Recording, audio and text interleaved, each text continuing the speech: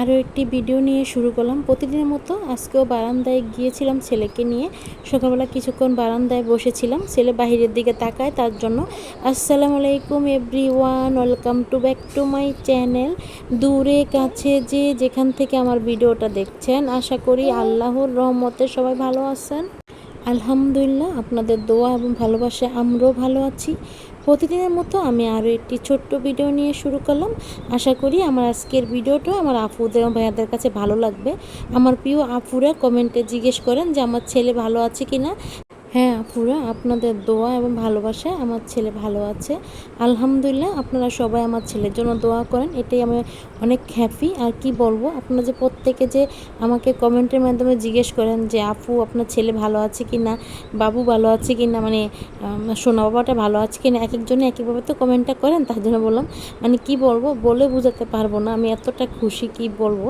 মানে আমার নিজের লোকেরও মনে হয় আমাকে এতবার জিজ্ঞেস করে না যে আমার ছেলে ভালো আছে কি না, সুস্থ আছে কি না, কিন্তু আপনারা প্রত্যেকেই আমাকে জিজ্ঞেস করেন। দেখা যাচ্ছে যখন আমি লাইভ করি, আমি তো মিউট লাইভ করি, তখন লাইভেও কিন্তু অনেক আফুরা কমেন্ট করেন যে ছেলে ভালো আছে কি না, দিদিভাইরা কমেন্ট করেন। তার জন্য বললাম, মানে অনেকটাই খুশি আমি, কি বলবো, বলে বোঝাতে পারবো না। মানে যদি আপনাদেরকে কাছে পেতাম তাহলে হয়তো বলতে পারতাম যে আমি কতটা খুশি। তারপর আমি আপনাদের কাছে অনেকটাই কৃতজ্ঞ যে আপনারা সবাই আমার পাশে আছেন, আমাকে ভালোবাসছেন, এমনকি আমাকে সাপোর্ট করছেন। আর সবাই আমার ছেলেকেও না সেমভাবে ভালোবাসা দেবেন, দোয়া করবেন যাতে আমার ছেলেটা সুস্থ থাকে।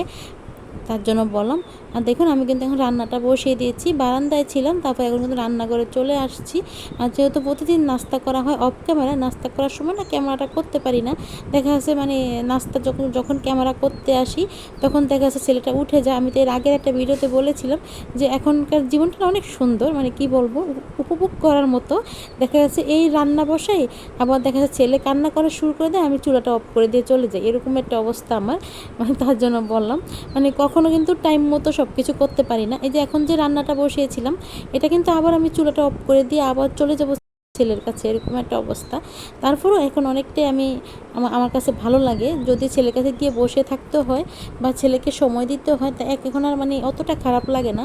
আগে যেরকম একটা কষ্ট পেতাম, মানুষের কথায় কষ্ট পেতাম, কান্নাকাটি করতাম, চোখের পানি ফেলতাম, এখন না ওগুলো আর কিছু মনে হয় না। এখন মনে হয় যে আল্লাহ আমাকে অনেক মানে সুখ দিয়েছে, একটা সন্তান দিয়েছে, তার জন্য বললাম।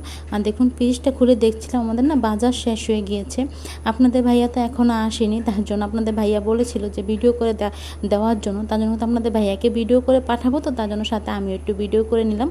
তো বন্ধুরা, আমি তো এখন ভিডিওতে ভয়েসটা দিচ্ছি, আপনারা ভয়েসে যে কোনো শব্দ পেতে পারেন, প্লিজ আপনারা ক্ষমা সুন্দর দৃষ্টিতে দেখবেন। আর আমার কথায় যদি কোনো ভুল ত্রুটি হয়ে থাকে তাহলে কিন্তু আপনারা ক্ষমা সুন্দর দৃষ্টিতে দেখবেন। আর যদি আমার ভিডিওটা ভালো লাগে প্লিজ সবাই লাইক দিয়ে ভিডিওটা দেখবেন, সাথে ভিডিওটা শেয়ার করে দিবেন। আর যদি একবারে বেশি ভালো লেগে যায় তাহলে আমার চ্যানেলটা সাবস্ক্রাইব করে দিয়ে আমার পাশে থাকতে পারেন। নতুন যদি কোনো বন্ধু থাকেন তাহলে কমেন্ট রেখে যেতে পারেন, তাহলে আমি কমেন্ট ধরে আপনাদের চ্যানেল থেকে ঘুরে আসতে পারবো।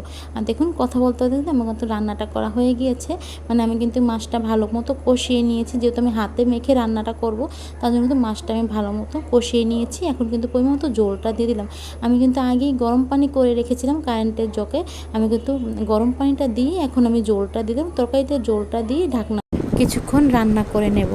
তো বন্ধুরা, আজকের ভিডিওটা এই পর্যন্তই। আজকের ভিডিওটা আমি বেশি বড় করব না, আবার নতুন একটা ভিডিওর সাথে দেখা হবে। ভালো থাকবেন সবাই, সুস্থ থাকবেন সবাই, আল্লাহ হাফেজ।